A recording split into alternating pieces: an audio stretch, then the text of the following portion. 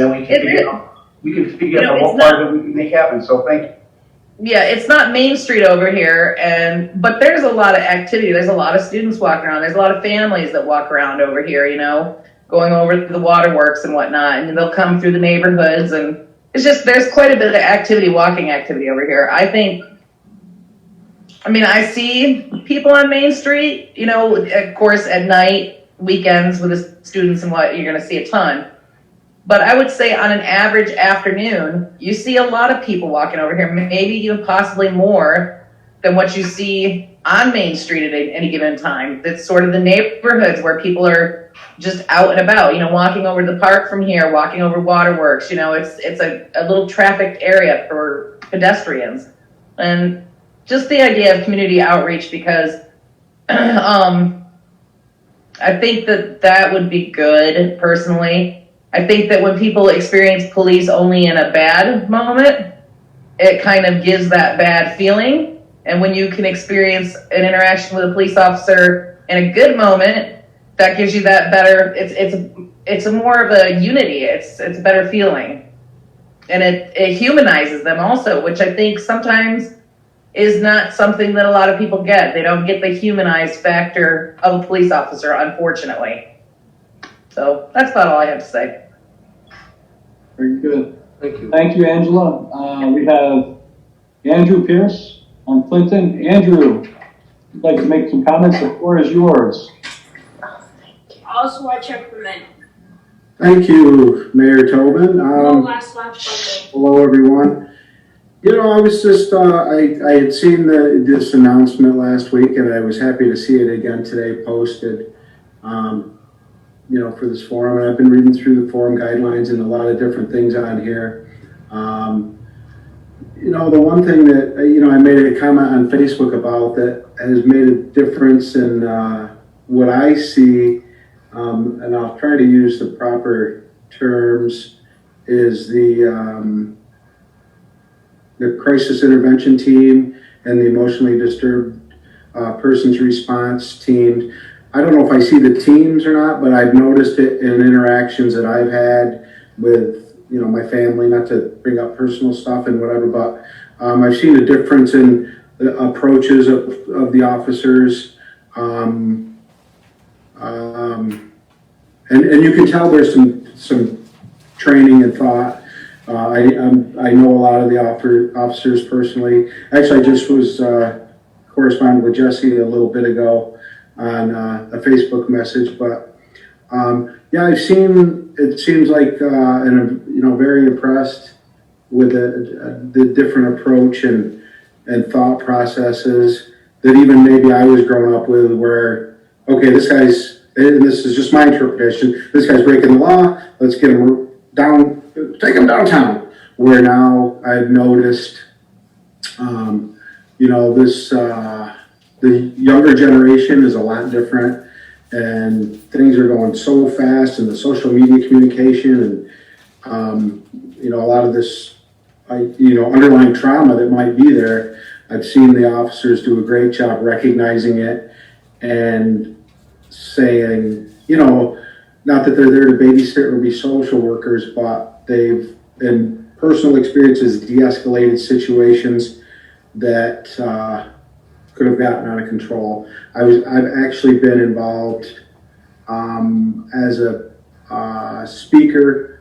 I was asked to come and share some of my personal history with the program that was offered at the Cortland Fire Department. I think that's with the Crisis Intervention and Emotionally Disturbed Persons Response Program, to just kind of give an insight of what I've been through in my life, and it really means a lot to me that approach is being taken, and I wanted to mention that. And I also been very impressed. I guess it's part of the community policing idea with what Jesse does, and the stone soup activities, all the different activities, and to see officers, and it gives me an opportunity. Jesse met my grandson, 3-year-old, and it gives an opportunity for the younger people to kind of have that relationship.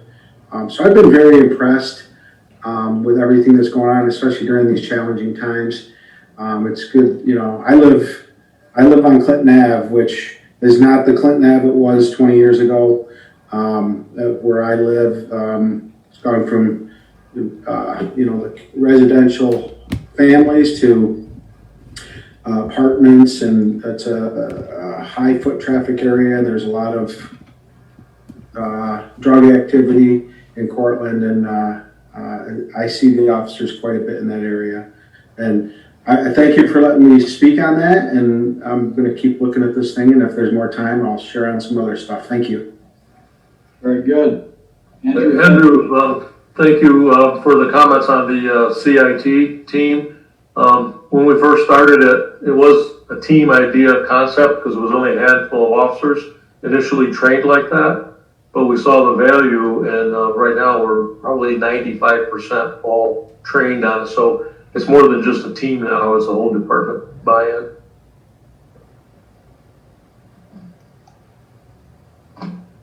and I will make, those of you that stay on this call, you're going to hear some of the same things from me over and over just to make sure that everybody is aware.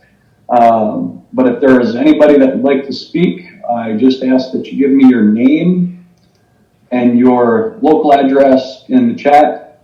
I will call on you and you can have the floor. If we need to, we would limit comments to 3 minutes, but if we have more time, we will allow more time.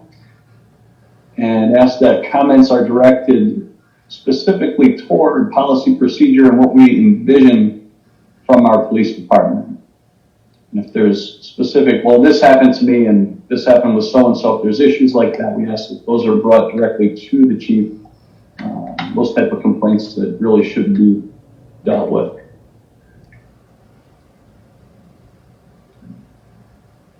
We got a couple people who have just joined in, and if there's anybody who would like to take advantage of this opportunity to comment, then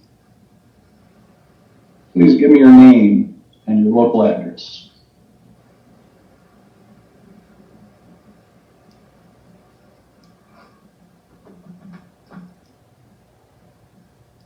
And I see some more people who are coming into, more people joining us.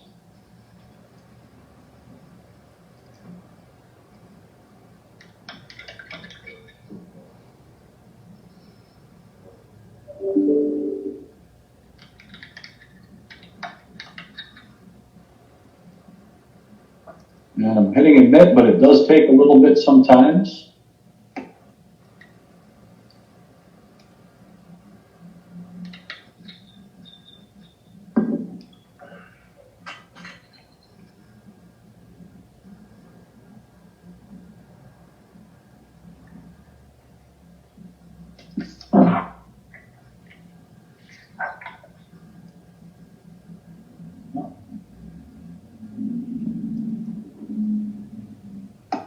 So a reminder, guidelines for the forum, please have your camera on if you are a speaker, state your name and the street that you are a resident of. We're asking that comments are directed to myself, council, and members of the police command staff. The idea, what is it that you would like to see regarding the functioning of law enforcement in the city of Cortland by the city of Cortland Police Department?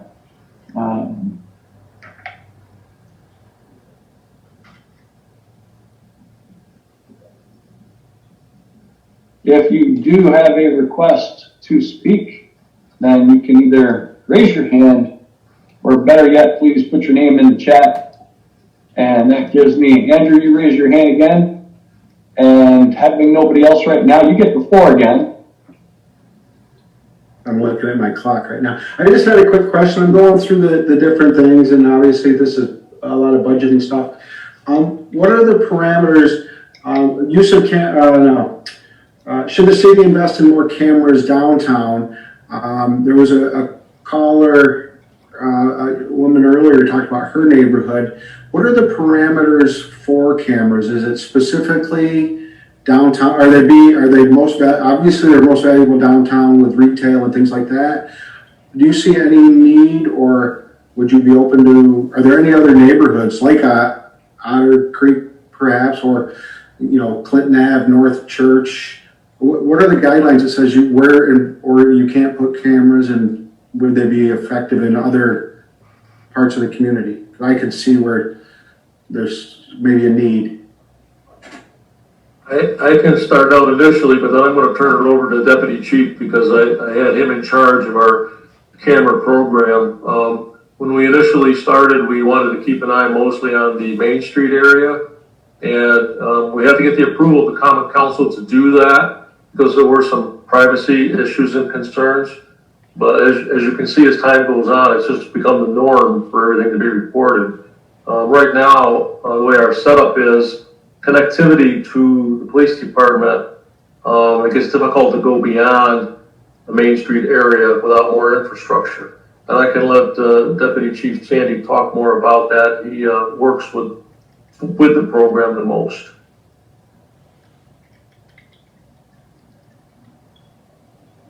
Yeah, Andrew, as the chief explained, we started on Main Street as a pilot program in West Court several years ago. And throughout the years, we've expanded it on the Main Street area.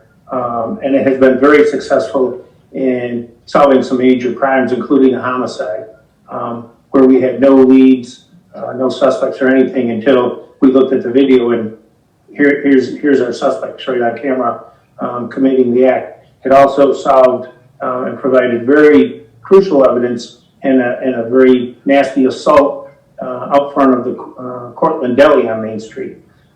There's untold cases that these have been effective in. For years, I kept putting in for more, and the city was progressively adding more cameras to the list. However, due to financial situations, it's kind of stalled.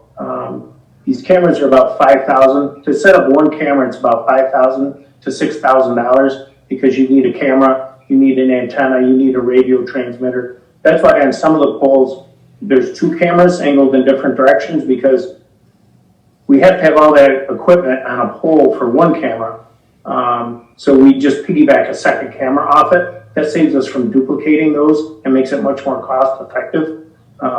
We have explored ideas about going into the neighborhoods, but then once again, you do end up with privacy issues.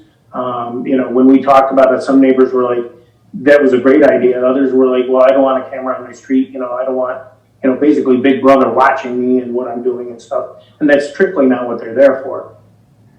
But once again, to go back into the neighborhoods, you were talking a very costly adventure, and one that the city would have to agree to get involved in because these are all wireless and they go from radio, they send a radio signal to an antenna and then from that antenna to another one, and we just kind of domino back to the PD.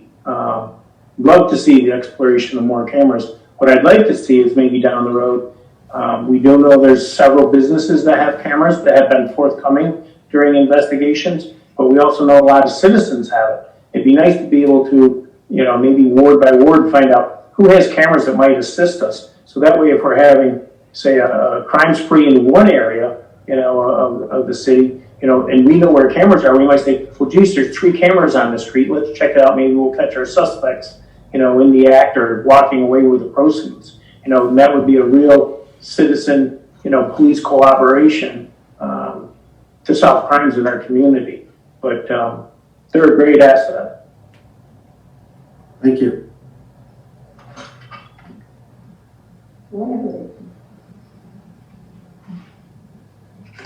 If there's anybody that has a question, I do have one from a Troy. Is your last name Beckwith?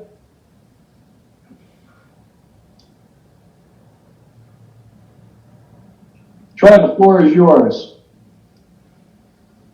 Just a couple of questions for the chief, obviously for all of us, especially the council people and the mayor. Obviously, that as Andrew mentioned, that crime has been up. You guys had 2 big incidents, both of them which were in my ward, and I commend you guys on how you both handled them. One thing I'd like to be able to see if we can do is somehow, when an incident like Hampton Inn or the one on Elm Street, that we can notify the residents in the area or adjoining properties to be able to notify them in a quicker response. rather than us to hear it. And I think I even talked to Brian right after this first happened on Elm Street. You know, if it wasn't for the media, we wouldn't even know what was going on. I know you're busy, you know, when the incidents come in and you handled everything great, and I got a lot of calls and comments on it, but the only call I ever get is what's going on and why aren't we notified? Yeah, oh, sorry, Mayor. Go ahead, Chief, sorry. The 911 center does have that hyper-reach link to do reverse calling like that. Generally, if we get caught up and don't think about notifying them, they'll ask us if we want it to go out. So, yeah, you're right. With everything going on, sometimes it's not the first thing you think of, and then hopefully somebody at the communication center lets us know that, would you like us to do this? And then we give them the okay to do it. Yeah. No, I'm not pointing fingers or finding any fault. I just think we need to communicate a little bit better with that is all, you know. Certainly, I don't want, that shouldn't be your top priority by any means, and, you know, so I just think it's an important thing that needs to be done. Are you saying that we should notify the whole council? Because typically the mayor and law is notified. And the incident on Elm, Rick Van Donsel was down there with us throughout most of it. I think it should be the altar person in that ward should be notified for sure. I don't think, unless it's a total thing, then that's a different ballgame. But I think, I personally would like to get notified in my ward. Okay. Yep. I do have with the fire department, I received all the taxes for anything that's in my ward. That comes in quite handy, especially if it's a structured fire. Okay. Good to know.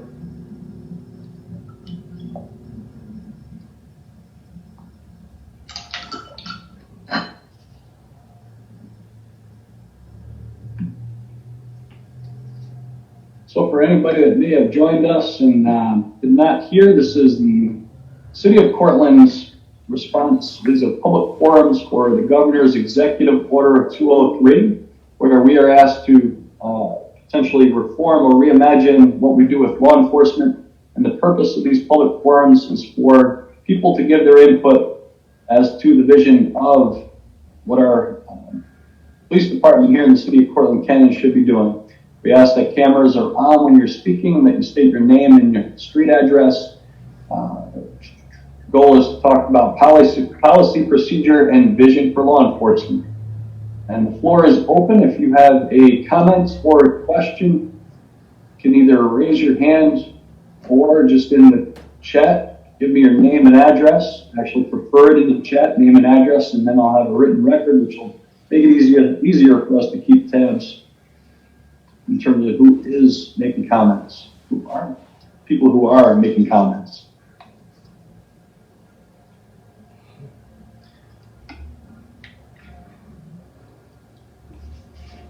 April Rose.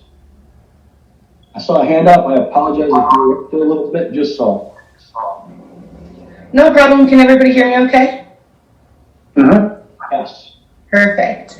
My name is April. I live on Union Street, pretty much at the corner of Union and Reynolds. So I experience a lot of locals and I experience a lot of college kids too, where I live. So it's always been nice to live on this side of town.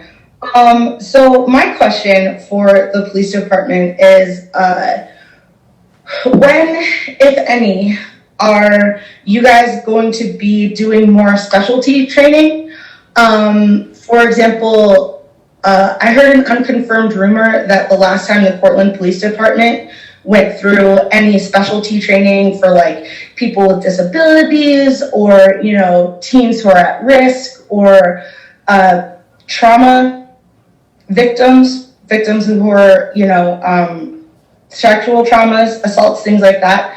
I heard the last training was about 5 years ago, and again, that's unconfirmed, but that's kind of concerning. The last training I heard that you guys got was for at-risk youth, I believe, because that was right around the time that there was like a lot of escapees from George Jr. They like weren't getting it together. So you guys had that specialty training, but I'm just wondering, in the future, are you guys going to be doing any more of that? Well, specialty training is a pretty broad topic. We train on a plethora of things, some in-house and when they're offered by DCJS, which is the State Division of Criminal Justice Services. A lot of train-the-trainer programs come through DCJS, and we have to wait for those to be offered before we can send anybody. I think what you're referring to from 5 years ago was a diversity type training that was collaborated with the college. I'm not sure if that's what you're talking about or not, but when those opportunities arise, we have to take advantage of them. There's not necessarily a defined schedule when we'll send somebody to a certain type of training. We have to wait to see when that training is offered in order to send somebody. But that whole gamut of training that you're talking about is provided to every officer during basic training when they go to become a police officer. Then it's just a matter of upkeep with retrainers on different items such as that. So we're always training. We always have to be cognizant of our scheduling, because when you send somebody to training, that's the person that's off the shift that needs to be working to answer calls. So when was the last training? When were the last officers sent away to training? On what? And I don't even know if I can do that without paperwork in front of me. On anything that doesn't have to do with, weapons or any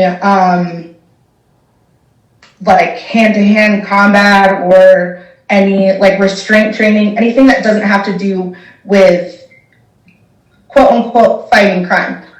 Well, The reason why I'm asking my questions is I'm concerned about the way that civilians and constituents will be treated when they're in times of crisis or trauma. Police officers are the front line. They are the first people to get there after there's been a sexual assault. They're the first people to get there after there's been a physical assault. So what sort of things are we doing to make sure that the police aren't going to further these type of traumas when they arrive? So what type of training have they had last for that specifically? So April, just to clarify, you're asking about essentially de-escalation or sensitivity training in terms of dealing with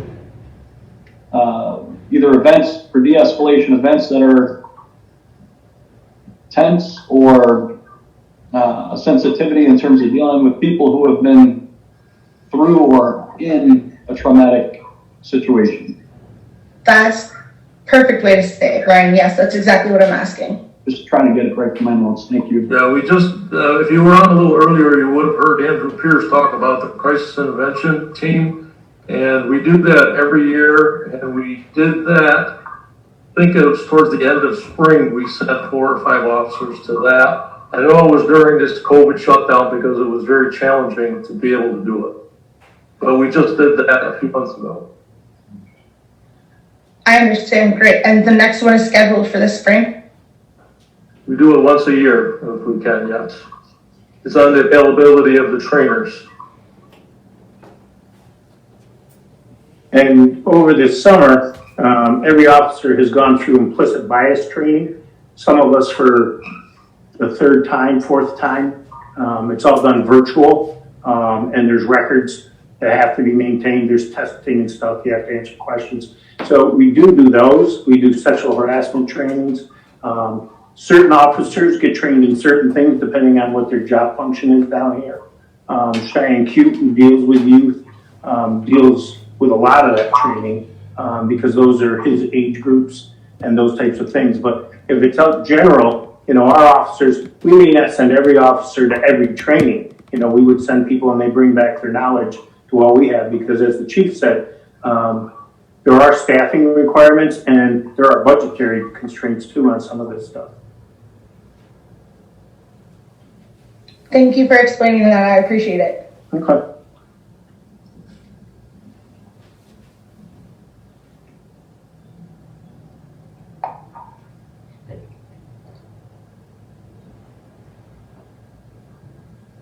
So a public forum like this, looking for feedback from the public, questions, thoughts, comments. And this is in relation to the governor's executive order 203. And he's asking for us to review, potentially reimagine what we do with law enforcement. And for the city of Cortland, with our police department, we're looking for feedback from the general public. What is it that you would envision, like to see, regarding what the actions are for city of Cortland law enforcement? If anybody is present and would like to make comments, can please give me your name and address in the chat box. Or you can raise your hand. Camera's on, give me a wave. I think I've got everybody on one screen right now.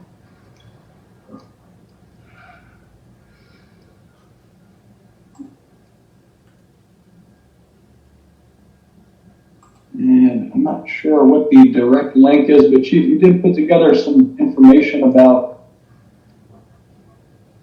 what the department currently has in place, correct? Yes. Just the highlights, not everything, obviously.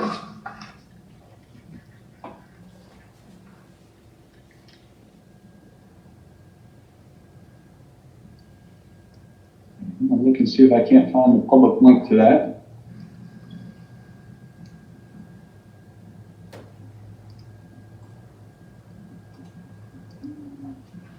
We are here to listen and give people the opportunity for input. This is scheduled from 1 to 3 p.m. And we do have 2 other dates and times scheduled as well. Next Monday, I have to double check my notes here, from 4:30 to 6:30 p.m. And then next Thursday, December 3rd, from 6:30 to 8:30 p.m. And these will all be via Zoom in the interest of maintaining physical distance, appropriate physical distance. And it's all the same access code.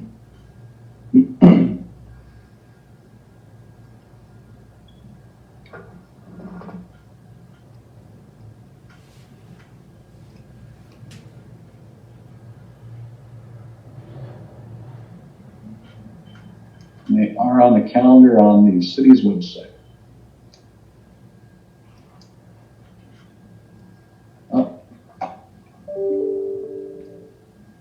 And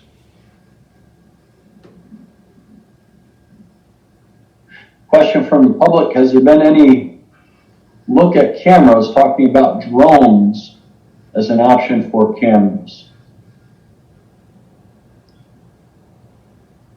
And I'm wondering, Deputy Chief Sandy, if that might be more in your court. Have we talked or looked into drones at all in terms of city police and law enforcement?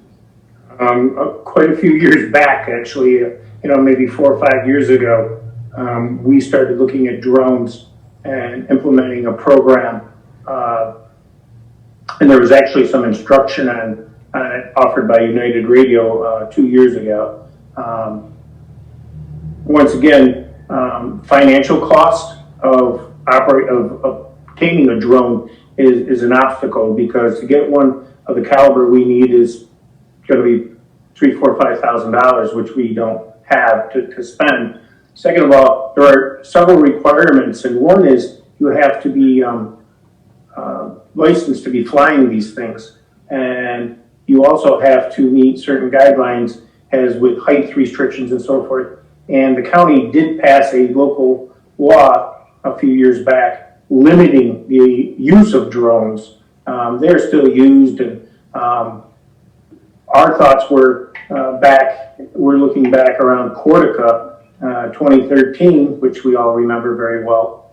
We started to explore it way back then because it might be an avenue with limited manpower on the ground. We could use a drone to check the hotspots in the city, like Reynolds, Clayton Ave, Maple, Lincoln, Orchard, and be able to send direct video back to us, so we could tell where we needed to deploy people.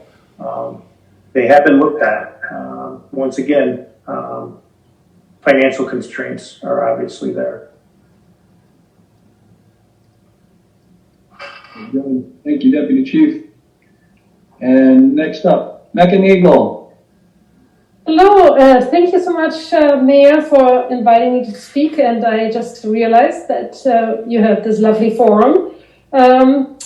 And I appreciate everybody who is here who would like to let me know about their ideas of police and community policing and the kind of policing we as a community like to have. As Chief Catalano and Deputy Chief Sandy know, United Voices of Cortland and Mutual Aid of Cortland sent you a letter, and that was CC'd to Common Council, and that is a couple of weeks ago, and we have not received any response from you or Mr. Officer Abbott, who is our community relations community officer. And I just wondered if you'd like to respond, take the opportunity now to respond to our concerns. Thank you. Before you go, Mayor, can I just ask Mecca? Mecca, I didn't get that, so it's probably stuck in my spam. So where is it from? And I'll look and see if I can find that. Right, that was from me, from Meckenagel, or Mechternagel. And specifically, I was asking to see what response, if any, we could get regarding folks who harass members who are quite vocal in the Black Lives Matter movement in Cortland, and whose goal is to create a caring community of social justice and anti-racism. And there was a provocation of folks aligned with the Back the Blue demonstration, and while they portrayed themselves as peace-loving citizens to the Cortland standard, what they did in front of a house of BLM member was rather of serious harassment, if not a hate crime. And we have heard, basically got no response from our public officials about it.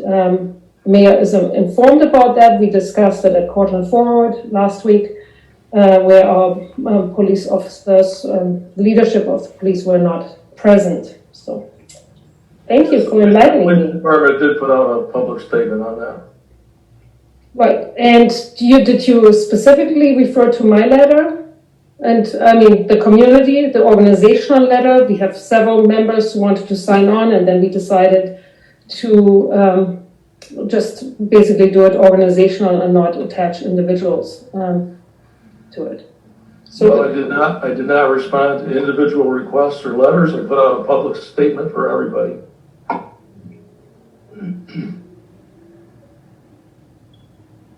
So you're not planning to distance yourself from an organization that has basically espouses hate crime? Put words in my mouth. I put out a public statement. Could you please explain to all of us on the call what that means? You know, I mean, not everybody has seen your public statement. Are we going to go there now on this forum? I'm a community member, I'm a taxpayer. Newspaper, it's on Cortland Voice. It was on all the media outlets. Yeah, I would insist that we're going there, Chief, because, you know, we need to really have a conversation how we are comporting, what we can do. Let me just explain to you. Deputy Sandy also did not respond to me. Deputy Sandy and I were in close communication when we had our protest, published planned protest, UVC, Black Lives Matter, other organizations, August 1st, right? And Deputy Sandy spoke about his worry of outside agitators coming to town and raising havoc, right? And the BLM leadership, myself, others, we doubled down to reassure our public officials that we were going to have very, peaceful assembly as afforded to us by the First Amendment, right? And so we're doing the right thing by the police department. So perhaps when organizations that suggest that they are closely aligned with the police department, yeah, and supporting the police department, that if they do something untoward and agitating hate, that I think we peace-loving citizens should be assured that you distance yourself from that action. And frankly, we ask for the mayor and the city council to do the same thing, as you did when we all mourned George Floyd's murder by the police earlier this summer, right? If it can be done in that case, why can't we have the courtesy afforded to us for citizens in the city who feel threatened, their livelihood, their lives threatened, that you all stay, silent? That seems not acceptable to us. Hence the letter. Thank you. So I understand that this is regarding a specific incident, and I don't think we can really get too far into that because there is documentation in terms of public record. And not to speak for the chief, and chief, if you want to follow up, but if I can make a couple of comments. From what I understand, the request to the police department or to the chief was a statement on an organization and whether or not they support that organization. And the response was that the department would not take a stance in terms of any organization. My opinion, and I'll share from the mayor's desk, I've talked to the individual affected, one of the individuals affected, because it's more than one, and I've read the police report, and I have some serious concerns in terms of what transpired that day. And I would say that the actions, it's important for us as a community to talk about actions that we expect of ourselves, of our neighbors and others in the community. And not having been there, I can't say for sure, but I'm left with the impression that there were some actions taken by a couple individuals that were completely inappropriate. And they should not have done what they did. I think it was a matter of some people that afterwards explained it away, but if it looks like a duck and it quacks like a duck, it's probably a duck. And I think there were some people that did some things that they really shouldn't have. And I think that they might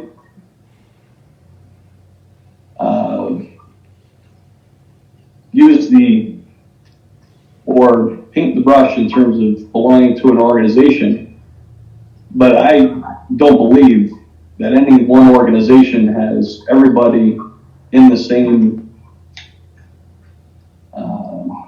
philosophy.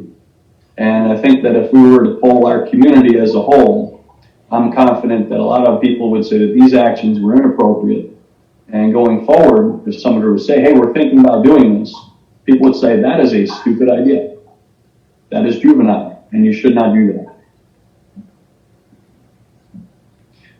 So the actions were inappropriate, and the explanation that was given is plausible. But again, if it walks like a duck and it quacks like a duck, I think you can kind of figure some things out.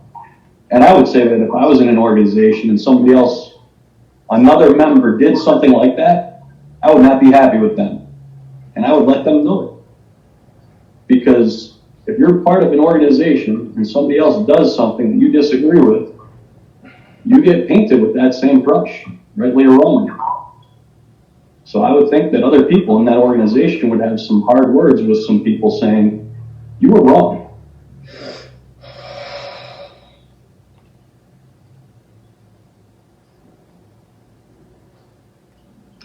Mecca, how'd I do? Did I answer your question or give a little bit of a response? So I understand that the chief of police reports to you as mayor of the city. So if this is the voice you're speaking on behalf of the police department, we can entertain that thought. Yeah.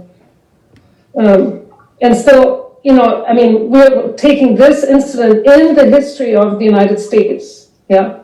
The KKK was active in Cortland and Tompkins County. Yeah. Not too long ago. So this is very traumatic for Black folks to be visited in this particular way when the black population is around 3%. of Cortland County. Yeah. And so this reverberates in so many ways. And when a police department that is not integrated, that has a 100% white police force, decides not to speak on this matter, it feels very troubling to us. And what is the anti-racist commitment that the police department, frankly, has to think about by next February, according to the governor?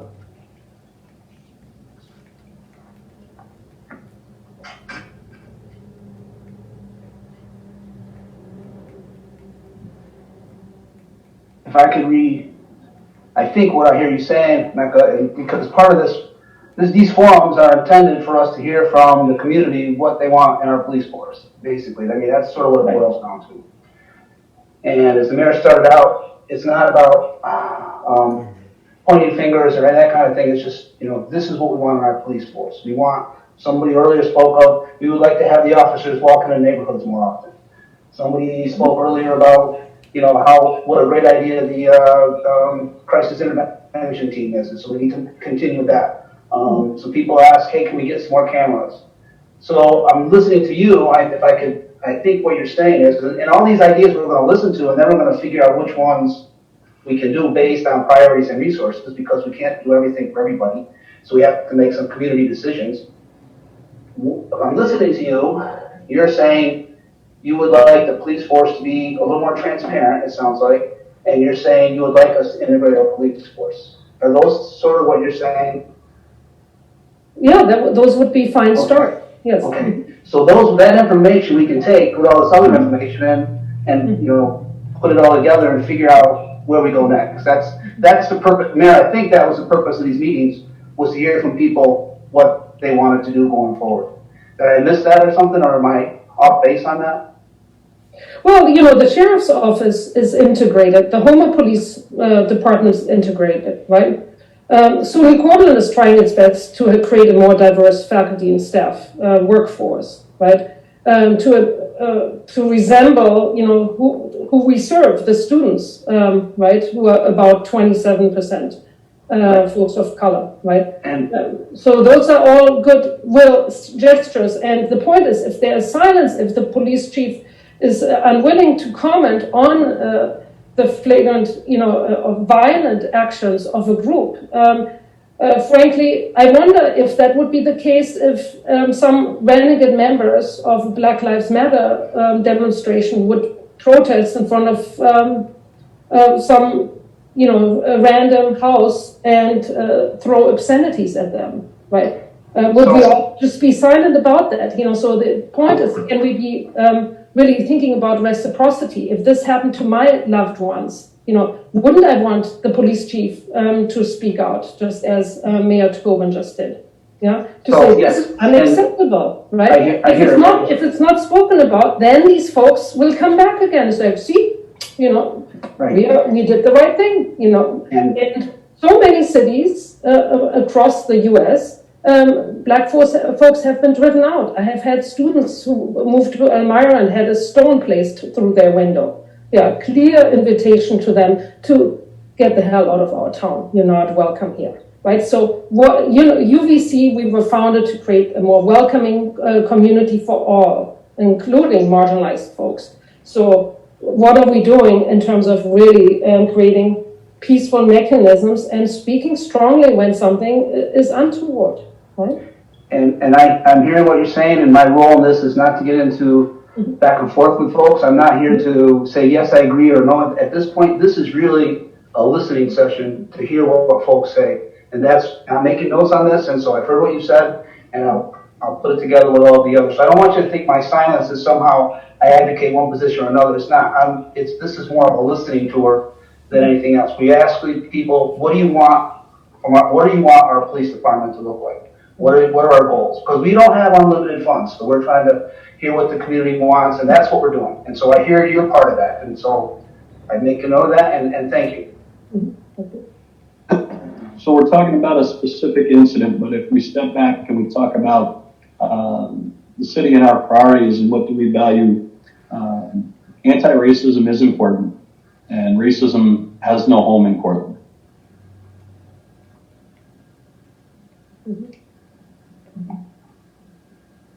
Right. And the voices of victims, victimized folks being taken seriously. And, so if you're treating, a white homeowner with respect and courtesy, maybe we could do the same thing for black homeowners and residents and tenants, right? And so is that really the history? So we're going to have to ask some really difficult questions, right? Of seeing, whose voices are silenced and whose lives actually don't matter as much as others, right? And can we rectify that going forward?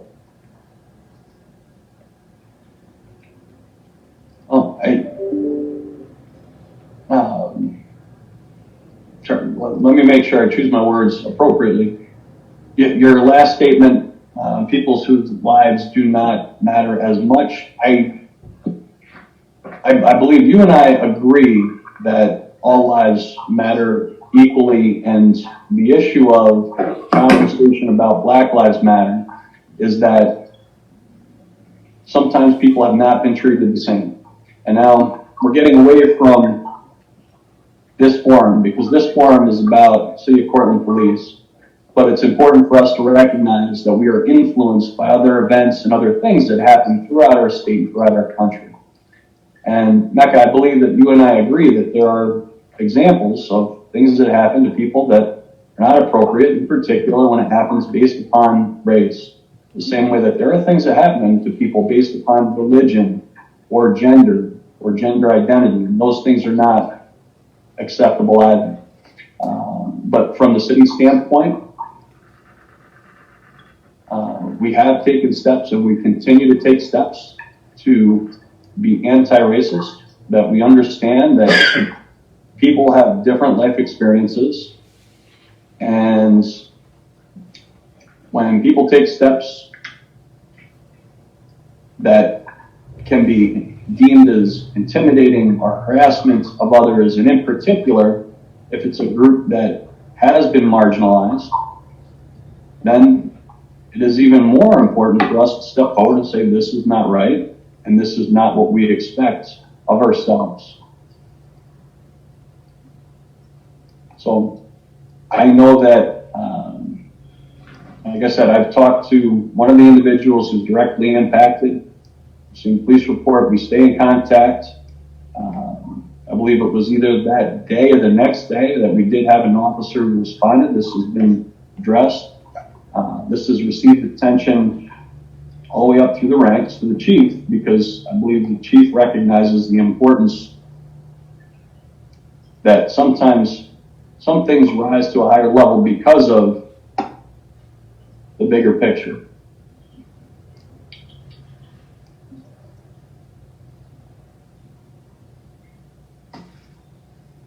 And if there is any question, that there's no doubt in my mind that we cannot accept racism in our community. I have a question. My question is for Catalano. Catalano, can you hear me okay? Yes, Catalano's here. Hi. So, something that you said before bothered me quite a bit when you said, are we really going to go there, and are we really going to go there here? Yes, we are, and we're going to go there right now. You said in your public response, Where was alluding to a specific incident, and I didn't want to get into a specific incident on the forum. Let's talk about your response. So your public response was that you weren't going to get involved in politics. You weren't going to get involved in incidences that directly involved politics. So you were not a political entity. Right. So that you weren't going to, you're not a political entity and you can't pick sides, so you're not going to get involved. That's right. Got it. Perfect. We're going to get involved by one group demanding me to make a statement on behalf of the group. My question to you is, where are you going to draw the line? What are you going to be assuming that, what actions are you going to assume as political? What's the spectrum that you're looking at? Specifically, what guidelines specifically are you going to be classifying as political when these incidences happen? What regulations do they have to meet to be considered political when these things happen? What is your question? We investigate crimes and we're neutral. We investigate criminal activity. Right, so what sort of these crimes are you classifying as political? Because you were saying it's specifically political and you're not going to get involved. What crimes are you talking about? You're the one who said crimes. I said spectrum of actions. So that's what I'm looking for. What spectrum of actions are going to be considered political that you won't be taking that you won't be taking a side on? Like what? I don't even understand your question. All right. So what I'm saying is, you're not a political entity, and your response was that you're not going to get involved because you guys aren't political entities. Correct? No, I didn't say we're going to get involved. We are involved. We investigated an incident. I have a question for you.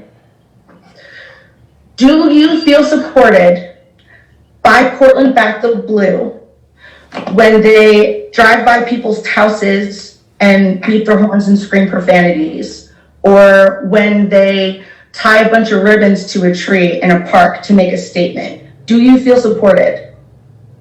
Police department has no affiliation with that organization. That's my statement. So you have absolutely no plans in the future to denounce the actions of these political groups in support of the police?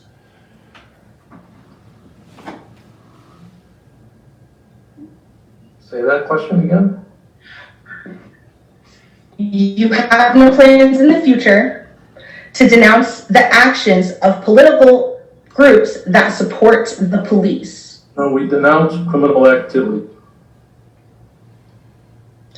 I'm just wondering why you didn't include the specific event in your statement as unacceptable.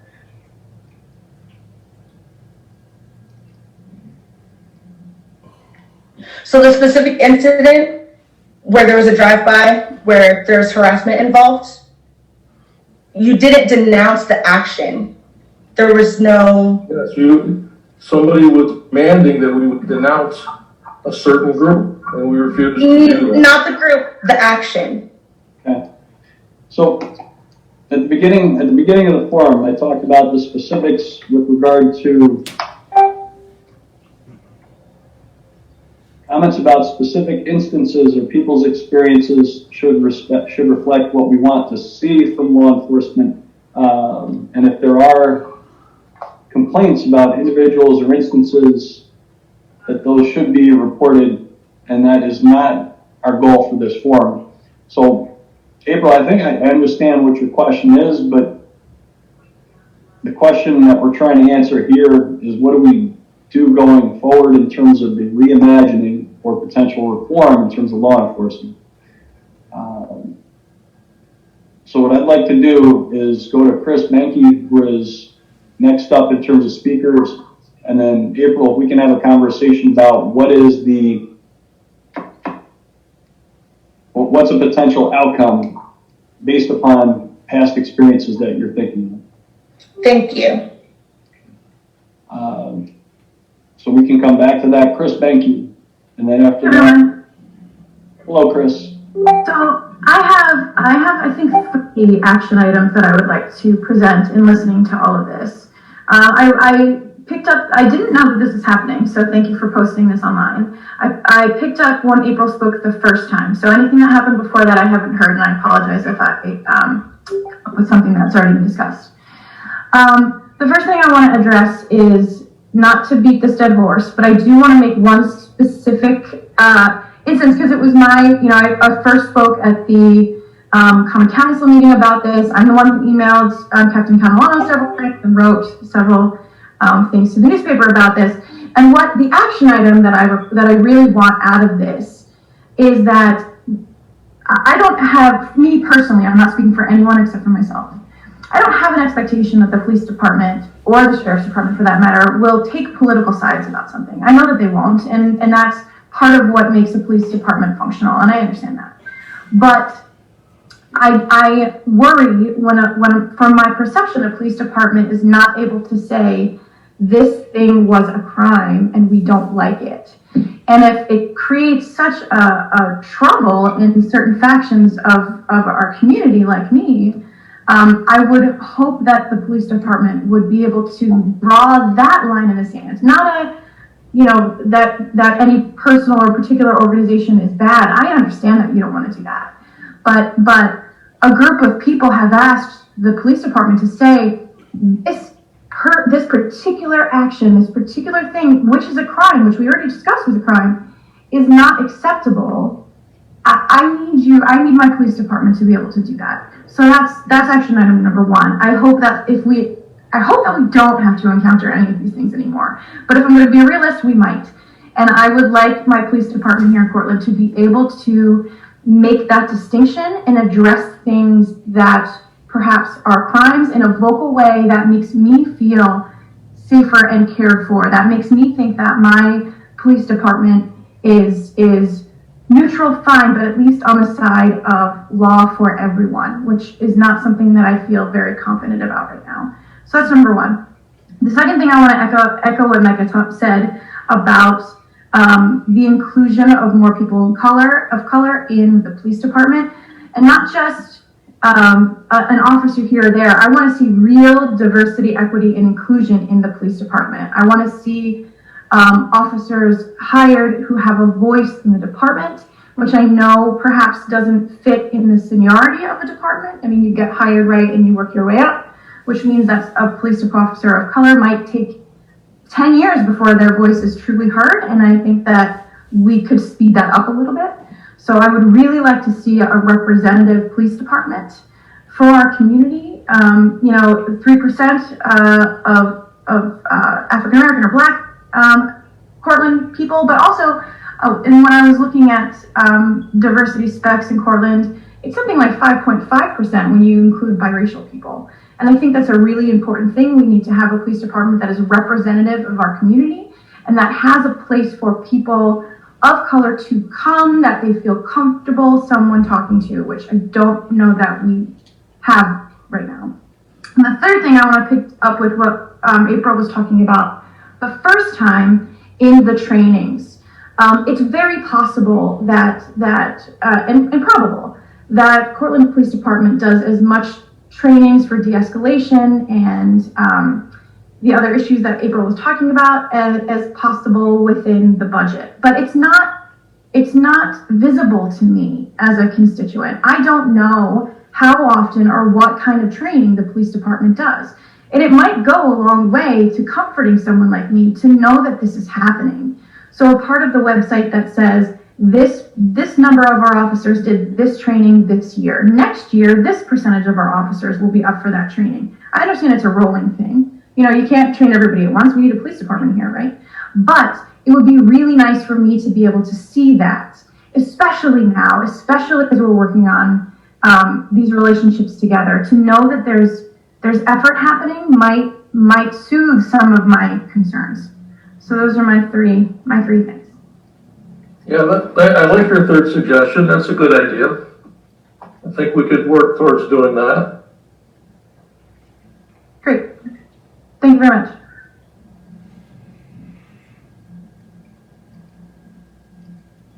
If I might just add, when it comes to hiring, we would like to have diversity in our police department as much as any department. We have to follow civil service rules and laws, and they only give us a certain list of people to choose from, and it's based on scoring, and there's no way to get around that. And if somebody of color is not on that list, there's nothing that we can do. We have to hire off of the civil service list. So some changes have to be made on the state level with civil service testing in order for us to be able to even remotely be more inclusive. We can't hire somebody that we can't interview and we can't see, and that's the position we end up being in, based on civil service guidelines and rules. So I agree with that point as well. I guess what I'm saying is I wish we had more diversity in our list. We don't have it right now. We haven't had it in a long, long time. I used to live across the street from the Armory, and every summer we would be awakened by the high school students who were part of the I Want to Be a Police Officer Someday program. I'm not sure. Yeah, Junior Police Academy, yes. Thank you, the Junior Police Academy. And I have wondered, I had wondered about the creation of a Junior Police Academy that focused on students of color in our own community. That if we particularly reached out to those students, because there was some issue in discussing this. I want to say that Officer Abbott was involved in a conversation that I happened to see online. That a lot of the problem in getting a person of color as a police officer is that they might start in Cortland, but they don't want to live here. They want to go and end up in a community that they know that where they grew up. And I understand that. So perhaps a potential solution to that is creating a junior police academy that focuses on students of color who already live here in our community, teaching them the answers to the questions that they are going to need to take the civil service exam. And then, essentially creating an education opportunity for those students to age into your police force. It's not an immediate answer, certainly not, but it solves a couple of problems, including a relationship between students and high school students of color in our neighborhood and the police department, which, encouraging those bonds will only strengthen all of us. Yeah, I totally agree. Unfortunately, this year we had to cancel our Junior Police Academy. Yeah. We couldn't even hold it, so. I mean, COVID messes everything up. This is like a beyond COVID idea, but yeah. Okay, thank you.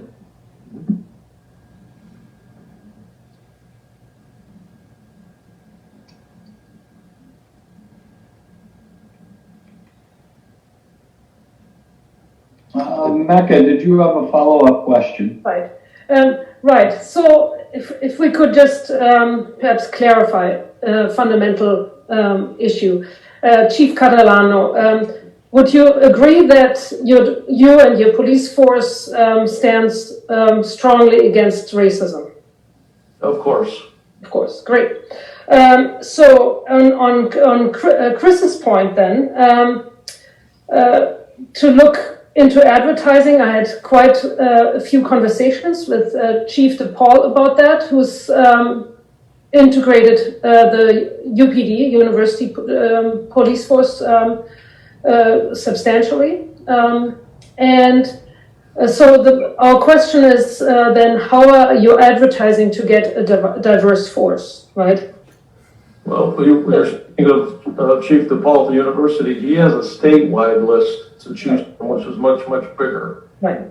Than So we have. Right, and so what proactive steps are you taking to diversify your applicant pool?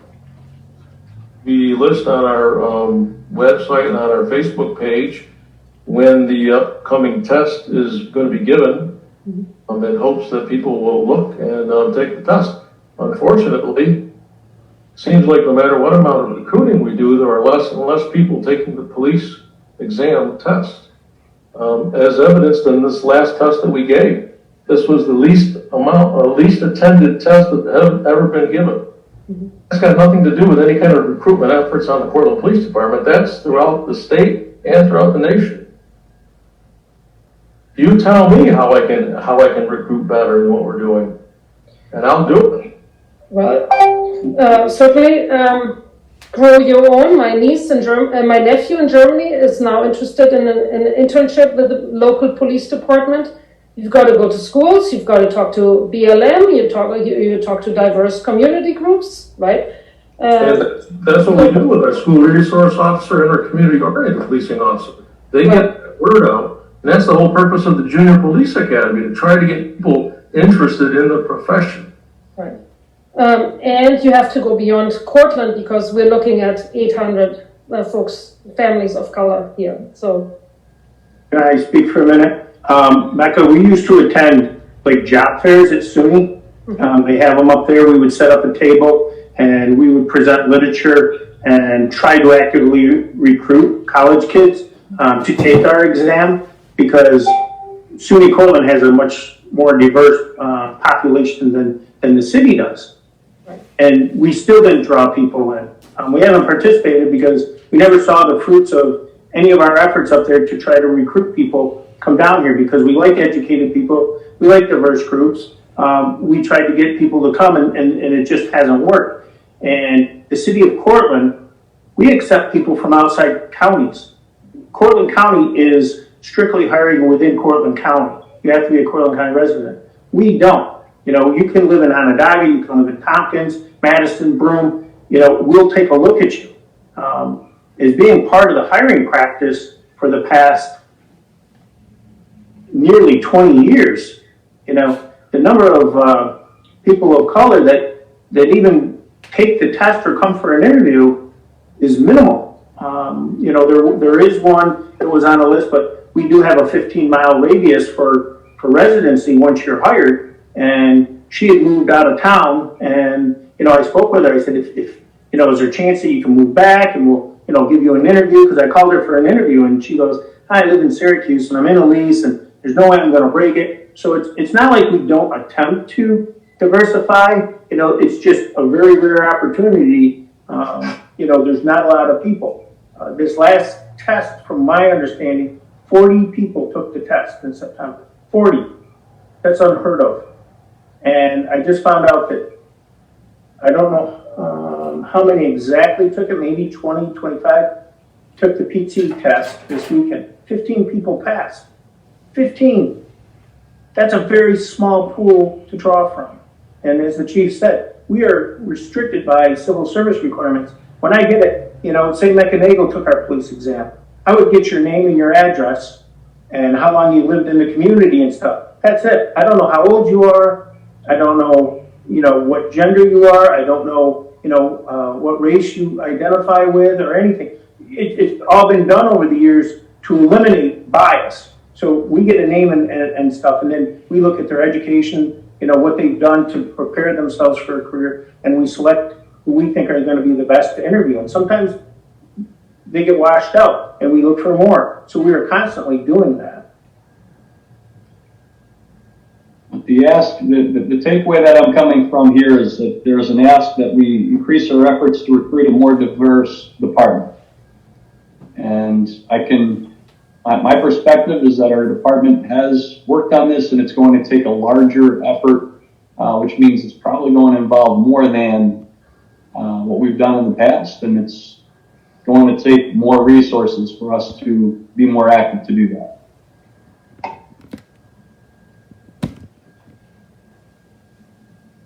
And so perhaps the marketing budget needs to be changed, and we're gonna have to think more creatively, and this is right. what I'm, and Mecca, I hope that you're hearing the same thing that I've heard today and I've heard in the past. It's not just our department, but there are fewer people that are taking the exam, potentially get into law enforcement than ever before. And it's not just a written exam, there's also a physical component because they need to be able to do things to a certain level, competency.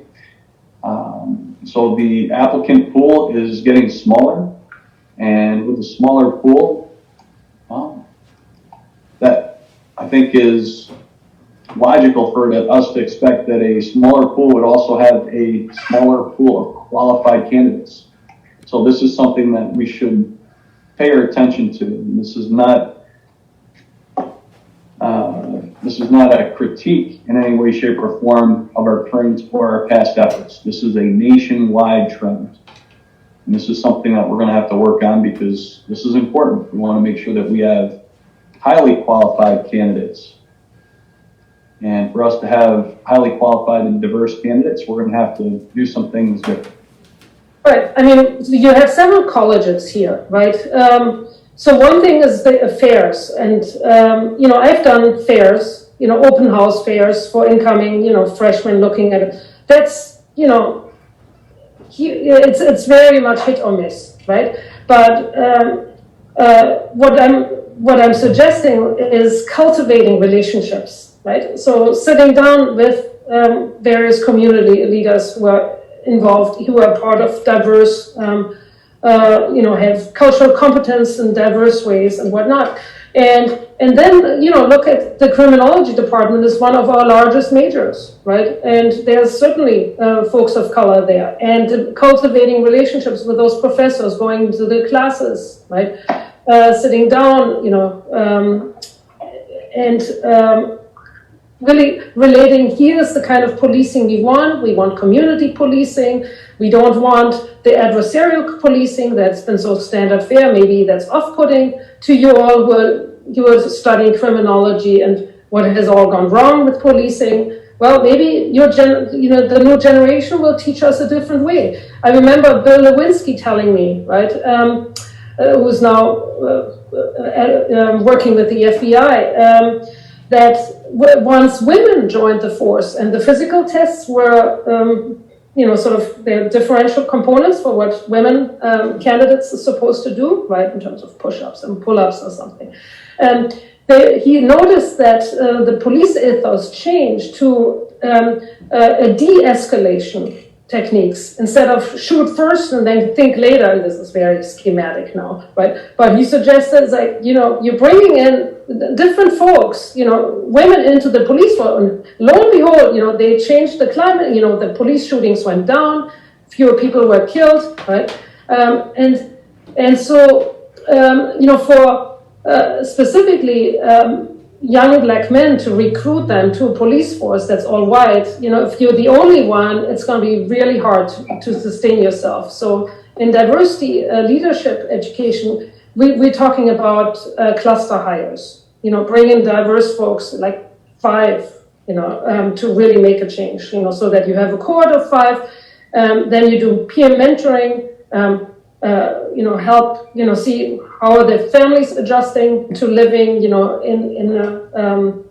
rural community if they're not, from Cortland County, etc. Right? So there's definitely many models out there, and Dr. Azuma and myself, we can consult with your department to give you some insights of other models if you like.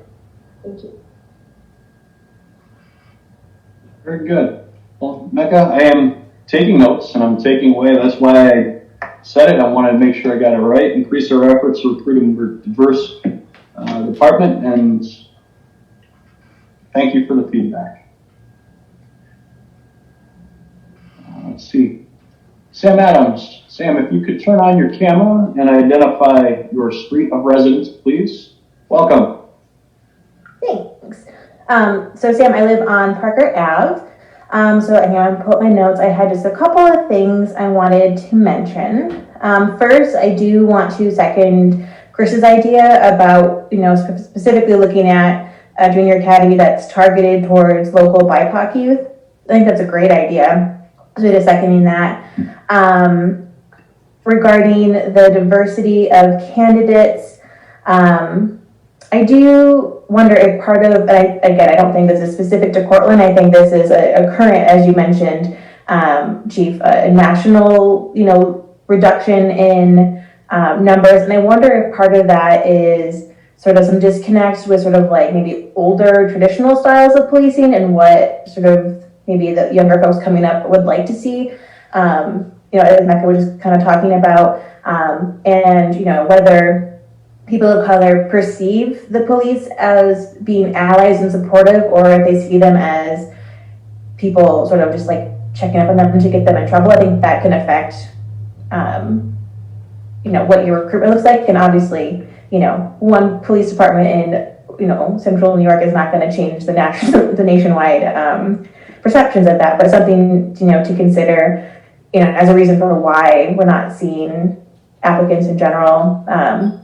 Maybe it's, possibly time, again, this is probably way broader than we can do at a local level, but, I'm wondering if it's time to maybe rethink what policing looks like, which I know is kind of what we're doing. But I guess maybe a question I have for the chief, like, are there ways, so you talk about the civil service exam and hiring standards and things, and I wonder if there's a way that we as a community could support you in advocating the state government to make those changes. If we're going to start emphasizing, instead of we're emphasizing more of a community approach, sort of like the work that Jesse does, I wonder if the sort of HR standards should be adjusted to reflect that at the state level. Whether that's, putting more emphasis on folks, I don't know how you test for this, but, more, people with high empathy and good multicultural understanding and stuff. Like, I wonder if, so we certainly don't want you to feel like you have to fight that fight alone with the state. So if there's things that we could do as local activists to say like, hey, our local police force really wants X, Y, and Z, and if they could use these parameters to, as part of their hiring decision, it would really help. So then we can bring that to like our state assembly and legislator folks. I don't know if it goes to the governor. I'm still learning state versus local laws and stuff. But, I want to, I think if we can create this two-way street, like, we're asking you for things, but also like, I would like our police department to feel like they can ask the community of like, this is what we need from you, so we can change the rules so we can get the things that we need and that we can get the better or get more diverse applicants and things. So, I would love to be able to do that together so we can support you in making those changes at the state level. And then the last thing I was looking at, so I spent a lot of times in the city codes, as you know, Mayor. And one of the things I noticed is a lot of our, there's a lot of seemingly small infractions that have imprisonment as part of their, penalty, I guess, which I don't think we're using. I don't think we're putting people in prison for not clearing off their sidewalks of snow, but that is in our codes, which I think is a little weird. And then as far as, and again, this is probably bigger than our police department and probably bigger than our local community, but I'm wondering what we're doing like proactively around crime. So I've heard, I remember if it was in the Standard or where it was, but there's been an uptick, I think specifically in theft recently. And I'm wondering if that uptick is a result of people being in really dire financial straits because of the pandemic, if there's more we could do with food pantries and things so that people don't feel the need to resort to those types of actions to support their families. So some of the stuff may be being done, and so I don't want to suggest that things aren't being done, but just some thoughts that I had today. Well, to go back to your, I think it was your, I don't know if it was your first or second point as far as assisting with recruiting, we would take any help that we could get with that if you have any specific ideas. I know that the state has tried to change the testing material to better suit today's test taker. The old tests from years ago are being worked on to take into lifestyle more than maybe academic type things. I don't know yet what the results of that type of testing is, because nationally with everything that's been going on with police, it's kind of hurt the profession where it's hard to get anybody interested. But we've done our best for years through our school resource officer and our community-oriented policing officer to get the word out to as many young people as possible that, this is a good profession.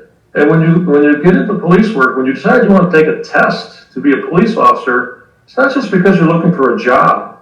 There's a certain reason why you want to be a police officer, because like it or not, it's not always the best job in the world, and it's extremely demanding. It's almost like a calling. So it's, how do you change a person's thought process for a calling instead of just a job?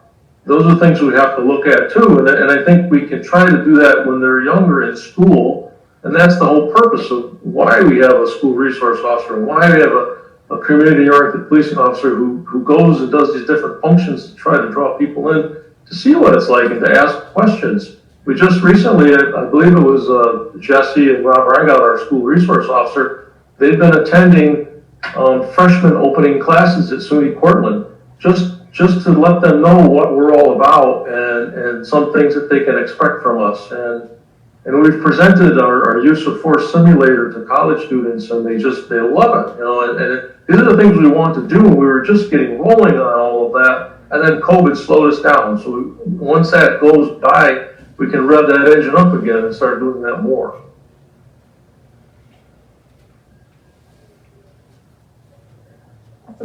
So just kind of to put a pin in the with the civil service. I'm glad to hear that the state's looking at it. I heard that until I guess maybe currently or very recently, they still have questions about like typewriters and stuff on there.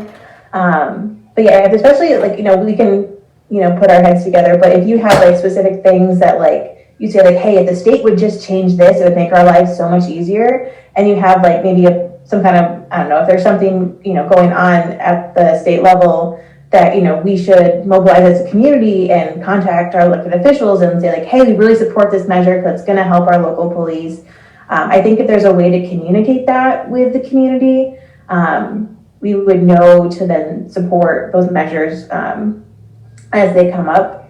I know I try to stay on top of everything that's going on, but I know COVID kind of dominates the news cycle most days. So if there's, I don't know, I'm just trying to think that like, if the civil service exam is really sort of like the sticking point that's causing a good chunk of the problem, I'd love to see a way where we could work together to try to get the state going in a better direction. Sounds like they're doing some stuff, which is good. And so Sam, just to make sure that I know you agree with what I have here in terms of notes, what I'm taking from what you said, you're supportive of the Police Junior Academy for BIPOC youth. The number 2, concern about a potential disconnect because do people of color view the police department as allies? Number 3, how can the community support changes at the state level to make it easier to recruit a diverse workforce? 4, proactive actions in terms of crimes and what are we doing and how do we offset? Sounds good. Okay. The one thing, Officer Abbott or Paul Sandy, if could one of the two of you touch upon what you've done with regard to food over the last couple of months? Because it sounds like there was a specific question, Sam, in terms of helping people who might be struggling.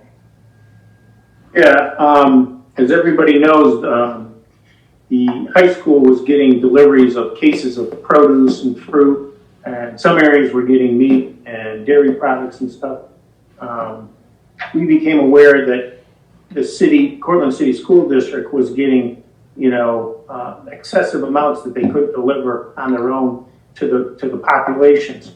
So Jesse and I worked with them, and we would deliver food. They would set aside cases of food for us, and we would pick different neighborhoods and go door to door neighborhood to deliver this food. It was Wednesdays, and we typically delivered 120 cases to different community residents. And we picked areas that were, we thought most in need, and we would knock on the doors. It was very well received. We thought we were going to do it for a year, but once again, funding cut into this, and it ceased. That's why people haven't seen us anymore. The school had applied for a full another year of this funding to get the food, and we were going to set up a shop at the Armory during the winter and so forth.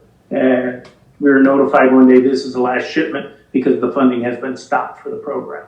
So, but we did our best, and we went out to people, and it was a great way to talk to different community residents. And I will tell you, we engaged a lot of minorities, and they were very thankful, and we got along great with them, and they were very appreciative, and it was good. And we did run across a couple that had a preconceived notion about police, that I think they didn't want anything to do with us, and once they found out what we were doing, they apologized, which I think was a great interaction. And we gave them food, and they were thankful for it, and it was a good organization to work with, and I wish we could have kept going. Thank you for sharing that. I had, missed that had happened. So I'm glad to hear that we're, looking at that kind of stuff in our community. So I appreciate that. Thank you. Yeah, you're welcome. It was a lot of fun. It was eye-opening, because typically people don't see the police coming to the door, knocking on it, and offering to give them something, for free or helping them. And it's usually when you see the police knocking, it's not a good thing. But so it was nice to interact with people on a completely non-criminal basis. And Sam, I think as I've gone through this whole process with you and all these meetings that we've had and all the listening that we've done, it's my opinion, my belief that one of the things that our report going forward, one of the positives from it is we'll be able to communicate with the community a lot of the things that we're doing in our police department that I don't think people are aware of that we're doing. And so I think, I think there's going to be some positives coming from that. And I think that's one of those things. A lot of people aren't aware of this food drive. Many people are not aware of the crisis intervention team. And there are some other things. So as we go through with our, whatever the report is going to be, what it's going to be, what we seek input. And I'm sure there'll be some suggestions for some changes. And we talked about some of them today, and we've heard numerous times about diversity. But I also think it's going to include some of the things that we are doing that people aren't aware of. So I think that's a good thing too. There's some positives there. Sure.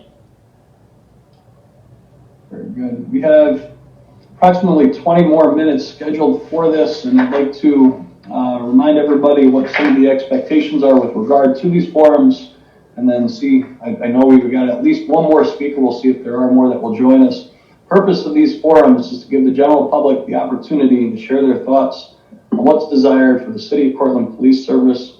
We're asking for thoughts to be shared with the command staff, the mayor and council who are here, and we are recording, so this will be available to council members as well.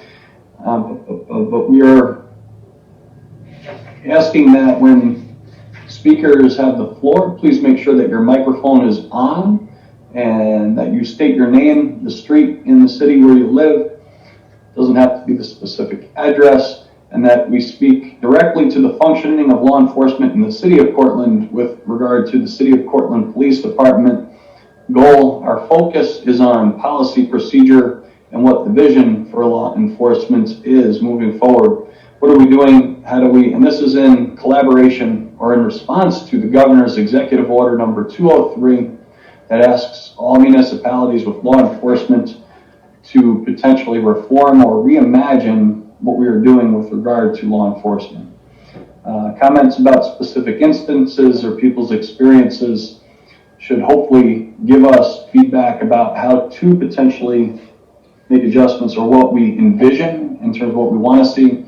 And if it's something specific that has happened, then the question would be, has this been addressed with through the current mechanisms that are available? With that, I do see in public comments, I see a hand up, but before the hand up, I do have in public comments a request to speak from Melissa Kaiser. So Melissa, are you available? Yeah, I am here. I'm just getting my camera and stuff on. There we go. I can hear you and see you. Perfect. Welcome. I will not, and don't worry, I'm not going to be harping on the incident, so you guys can take a breath. It's okay.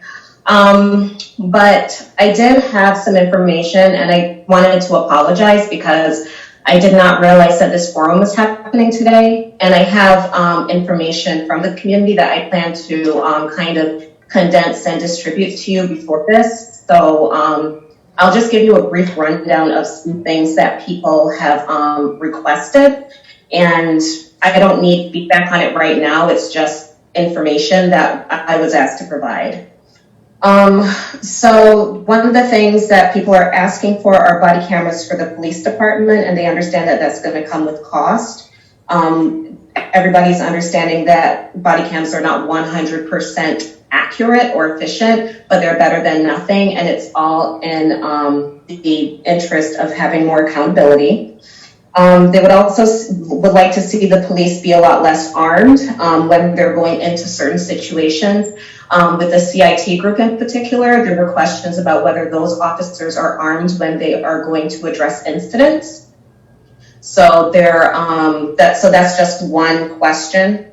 The other thing is having more deliberative dialogue between community members and the police that don't necessarily always have to be in a public forum. We've already reached the step where we kind of acknowledge that there was a problem. So we kind of just have to figure out now how those dialogues can be more deliberative instead of spinning the wheels and coming back to the same thing, that racism is wrong, and not coming up with a solution on how the police force goes about addressing that. Hang on. There was a question that someone had about escalation versus de-escalation and the training that police get for that. but again, that's super specific. Hang on a second.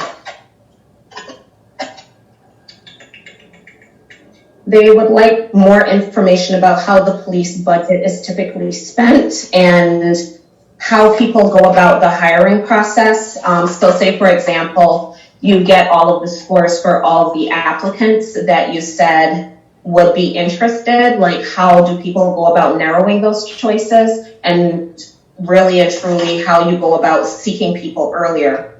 The other thing is, and this came from one of the people at the college, was that there's a concern about the ability of minorities being able to apply, because in the past, especially in a lot of the counties that we identified as the neighboring counties where the police could hire from, there is a very big, there's not a great relationship with the police.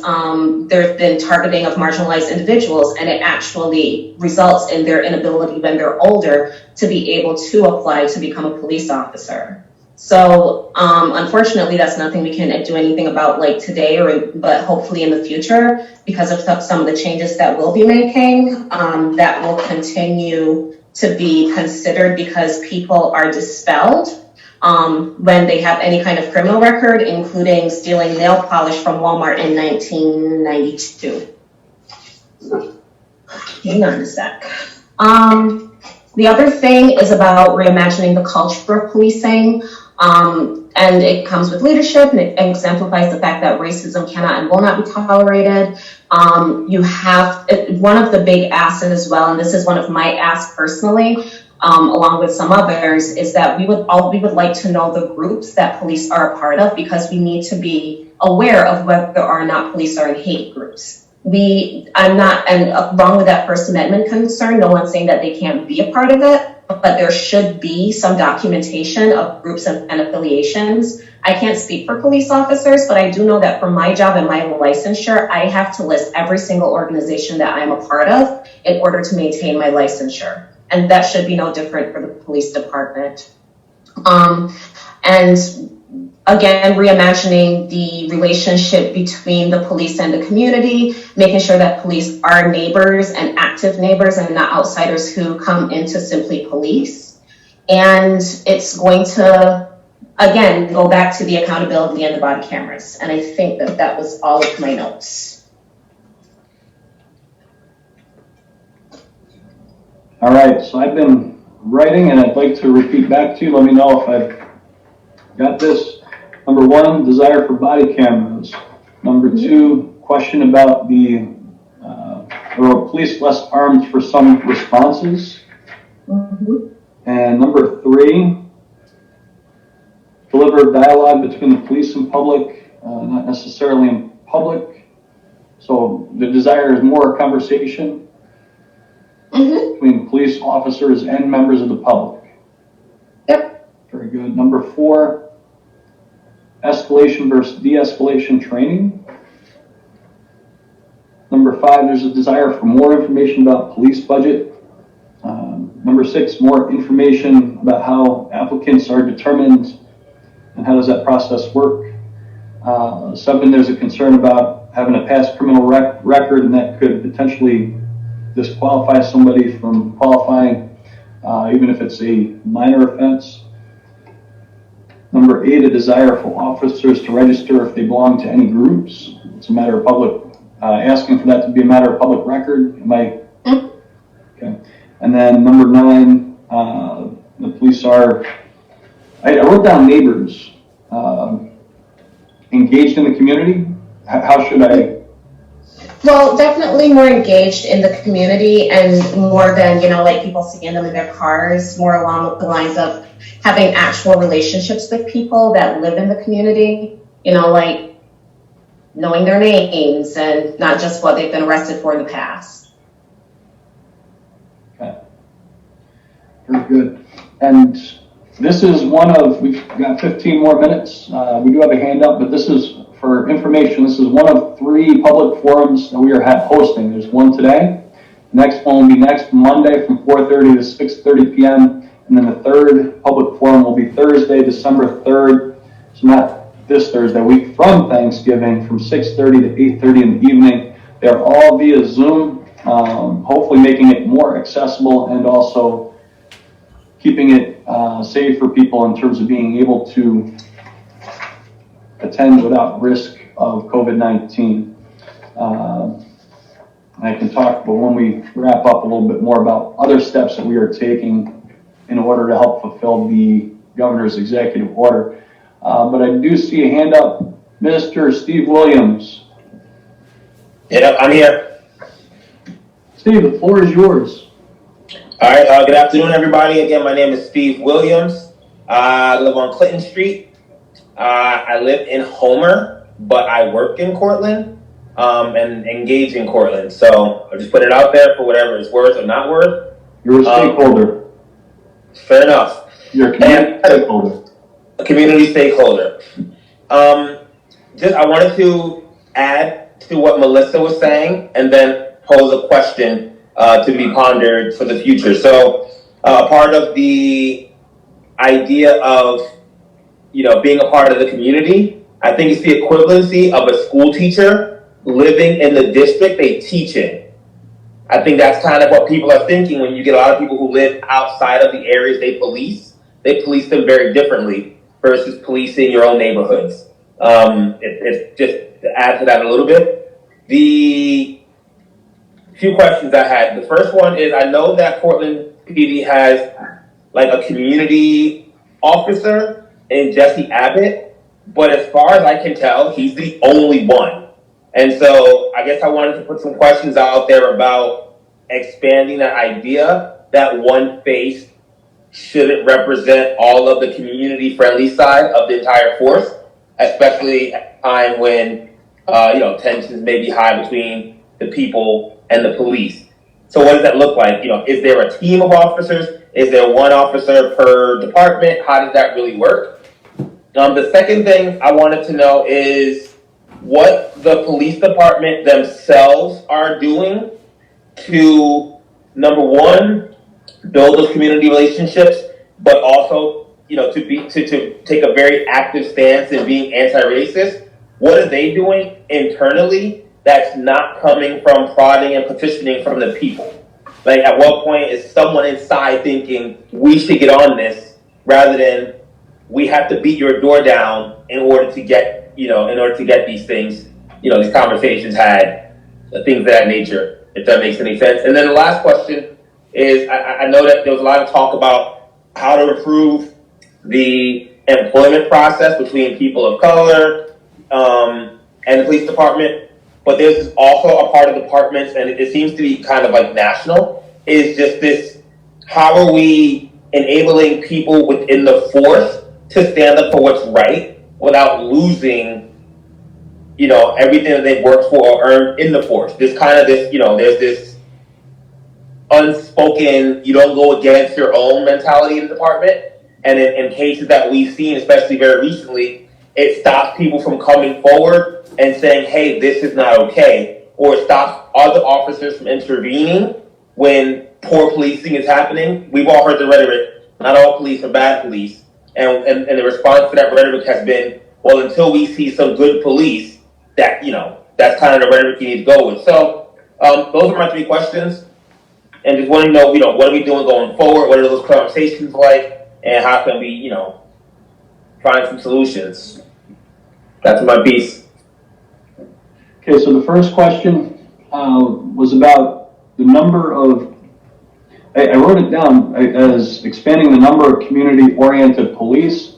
Not to put words in your mouth, but am I interpreting correctly that you appreciate the fact that we have a community-oriented police officer, somebody who that is their specific?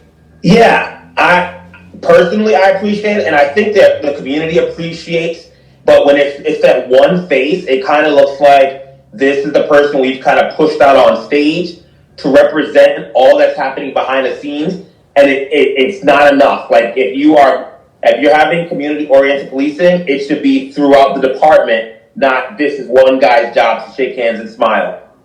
It should be all officers' jobs when time calls for it, so that's that. So there's a desire for more officers to be engaged the way that... Because like Melissa said, most officers know the people they deal with from the negative connotations. If I've been arrested, hey Williams, didn't we just get you for that? But you don't, hey Williams, congratulations on your kid, winning the basketball game or stuff like that. People aren't around. It's just one cop going around being everywhere for everyone instead of it being a part of the department. I'm hesitant to say this, but I'm going to say it anyway. Even if that means finding a way to kind of pull some of the community into that, but without a way that's like, we don't want to be puppeteered in that. So we can clarify that later, I guess. I want the department to say, we need more than Jesse Abbott. We need 10 Jesse Abbotts. Or, a few other people who the community respects to be out in the community in addition to, so to speak. Very good. So an increase in terms of that presence. Number 2,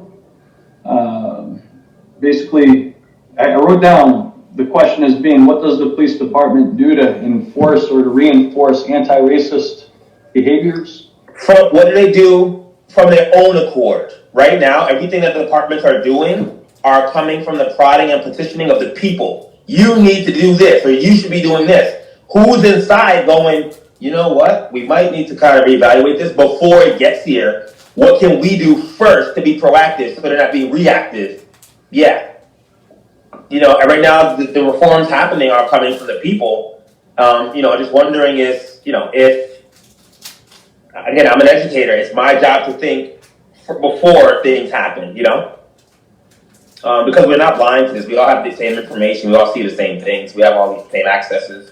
So, yeah, how can they be proactive instead of reactive? Okay. And then the third, how or when do officers intervene when coworkers do not behave appropriately? That's humongous. And it's the rhetoric of, it basically is the whistleblower mentality. Like, I know on paper, I'm sure there's some, I know for teachers they have it, so I'm sure for officers on paper, it might be there. You won't, you can't be held against you if you report something of blah, blah, blah. But there's this unwritten rule, just like there are, in a lot of places, where what's stopping officers, when these crimes are happening and there's 4 officers on the scene, what's stopping them from going, bro, you're going too far. We need to stop here. Instead, you get 4 accomplices when you should have, not should have, but if it happens, you get one person, abusing their power. You should have 3 ready to be like, no, let's do this the right way. This is not okay. But that doesn't happen for some reason, and we need to figure out why. That's the whole concept behind Back to Blue. That's exactly what Back to Blue is about. Is before the whole group started, it was about not crossing this blue line and not crossing your own. How do we? It's toxic, honestly. It will continue to foster the rhetoric that all cops are bad cops, and then you say not all cops are bad cops, but we have yet to see those hero cops. Where are the cops who are like, yo, this cop intervened, risked his life, risked his job, risked whatever to make sure that these things were happening, and they shouldn't lose this job. Obviously, he shouldn't lose his life, but they shouldn't lose their job. They shouldn't lose their social. You shouldn't be shunning them or making them feel like, oh, you're a. So how do we combat that? Because I think you want to enable people to be upstanders, not bystanders, right? I think I heard somebody say that earlier. How do we equip police? How do police equip police to be upstanders and not bystanders? That's my question.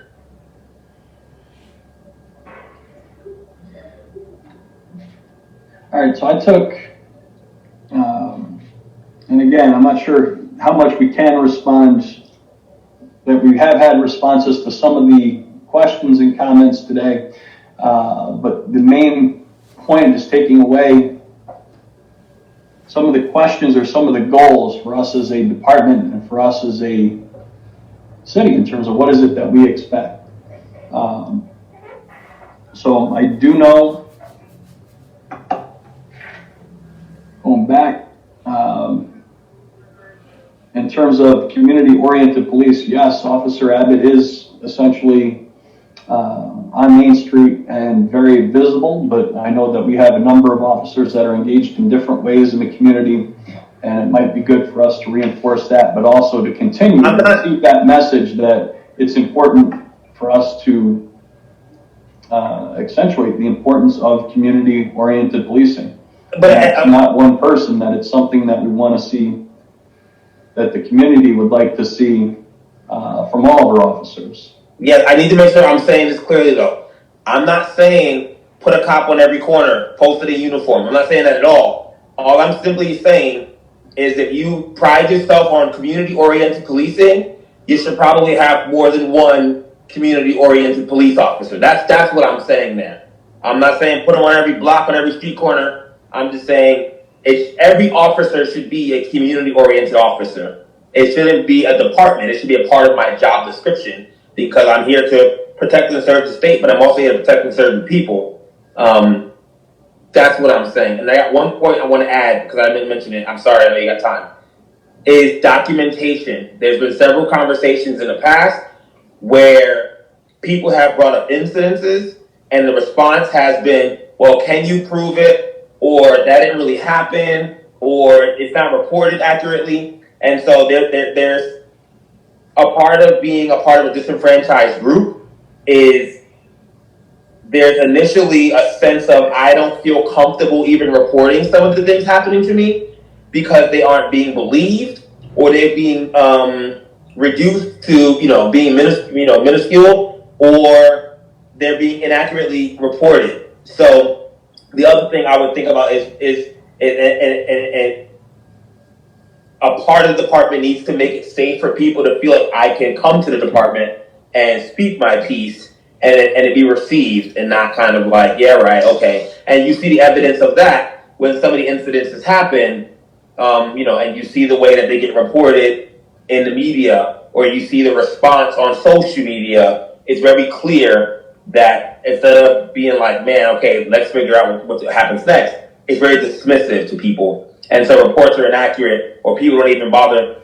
I know personally, if something happened to me, I'm thinking 3 times before I call the police because a number of reasons. And I think that that's something that the department needs to think about too, is how do we make people feel safe enough to, accurately, report and know the reports are going to be accurate and follow through and not dismissed. That's my piece right there for real this time. Okay. So I'm taking notes, make sure that I've got fairly accurate what you're saying. So the first one, which we just touched upon, more involvement from officers in a community capacity. Sure. You say sure, I'm not sure if you're agreeing or... No, yeah. Okay. That wasn't sarcastic. That was like, yeah, sure, that's it. Very good, thank you. And then demonstrating steps to be very proactive in terms of fighting racism or being anti-racist. And coming from them, like Cortland Forward, for example, in my mind is the city's way of saying, we're going to do something about this. I wanted to know what the department is doing from the PD to the people. We recognize racism is wrong, and we're going to do our part. Here's what we're going to do, not because you told us to, but because we recognize that racism is wrong, and we have a part to play as an institution that has historically upheld racism. Very good. And then number 3, I do know that we have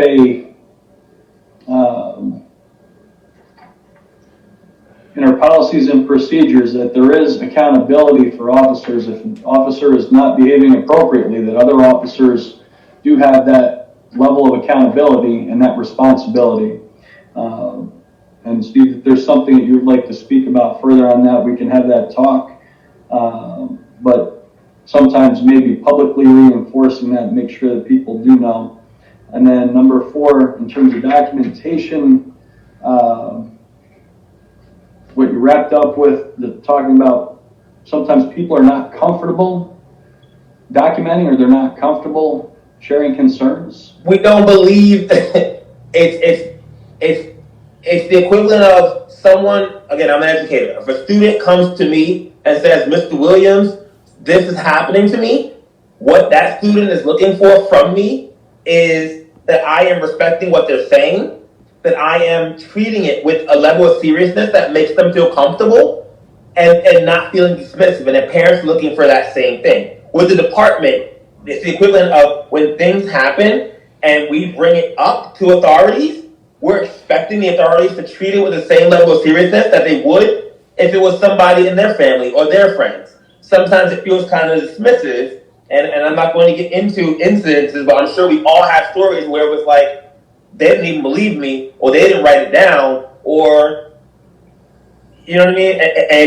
And or we're left like, I never heard back from them. Like, what happened here? And so it's hard when they're telling us our fight against racism, for example, requires adequate proof and documentation, but the documentation isn't being properly documented by the people that we're talking about. There's a conflict of interest there.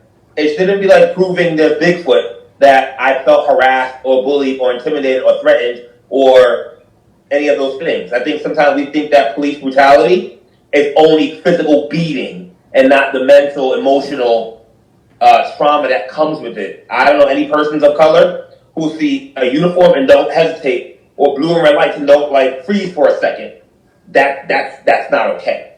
And it's because there's a history there of not trusting, and part of that trusting is if I take a chance and go to the police, I want to know that I'm going to be treated like a prime citizen and not brushed off because that's just Steve Williams, or he's always stirring trouble, or it's not that serious to us because it's that serious to me. Okay, so the concern about documentation, number one, taking place when appropriate, and number two, being accurate. And follow through with a sense of urgency that should come from a person who exists to protect and serve, goes to a victim. I should feel like, good, I'm glad I went there. Not, man, I should have never called the cops because they didn't do nothing anyway. Or, man, I'm not even going to bother because they're not going to believe me anyway. That's scary. And it all starts with the relationships, and I'm sure these things are, I'm sure they connect with each other. So accurate documentation and then follow through. Accurate documentation and then follow through, yeah. After incidents. After incidences. And that assurance during reporting. Like, again, we know people who have reported things and felt like they didn't even care. I was better off not even talking.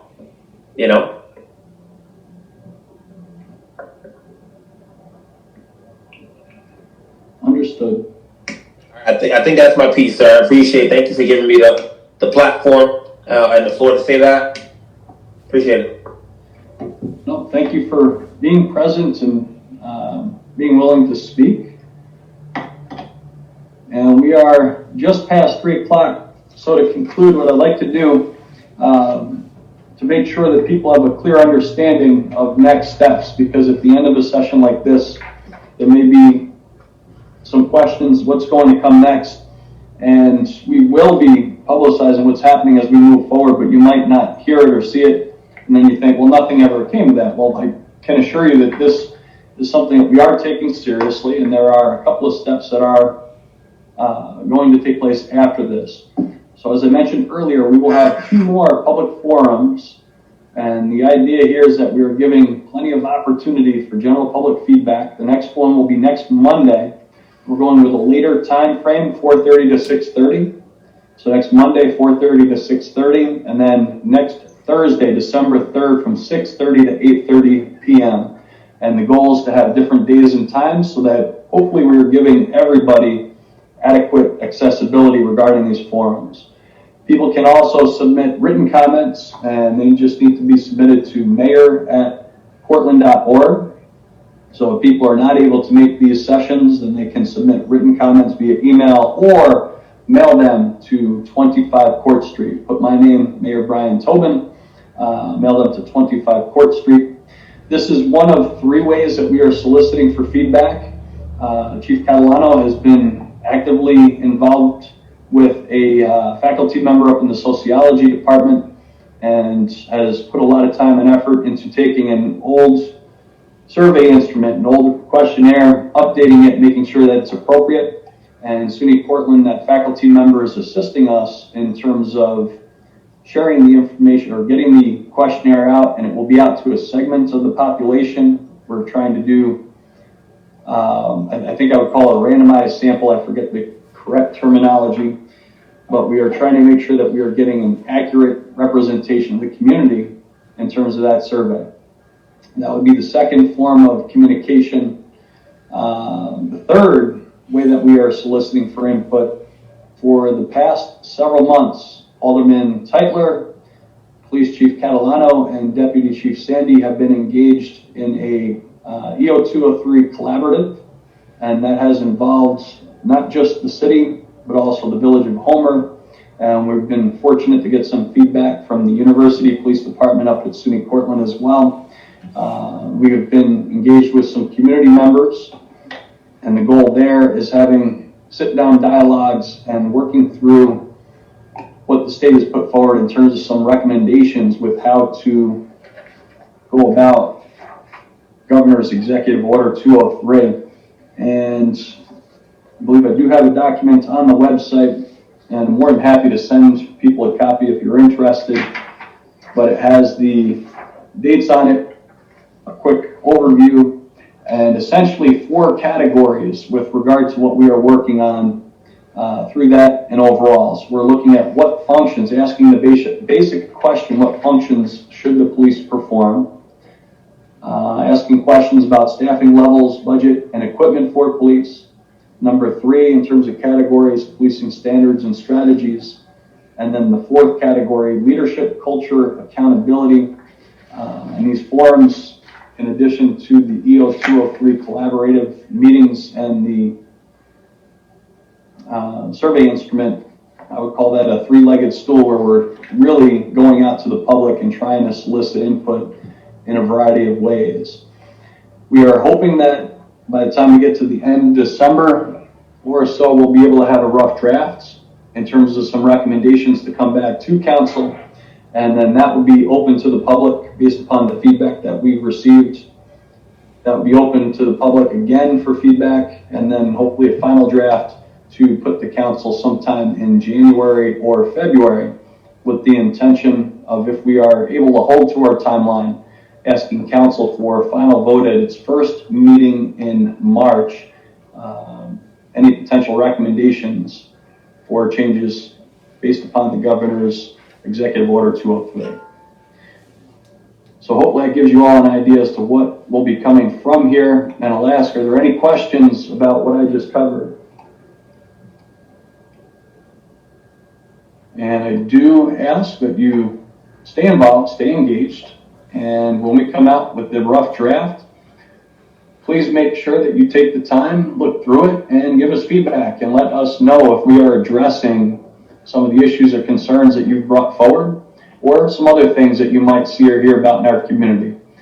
But we are a community that is responsive to one another, and I appreciate the involvement of the chief and his command staff, because this is an important topic for us to make sure that we are serving the public appropriately. Chief, Deputy Chief Bruce Tytler, any questions, comments, or anything that you'd like to share? No, there was a lot of good information exchanged, and we look forward to working with it as we keep moving forward with this initiative. Yeah, I appreciate all the folks that took time out of their day to share their ideas with us. And some people came early and left, and some people came late. And I took pretty good notes, I believe. And there were several issues that came up more than once. So I think we're off to a good start. We're already hearing some things that people feel are important, and that's what we're trying to accomplish. So I appreciate the time people are putting into this.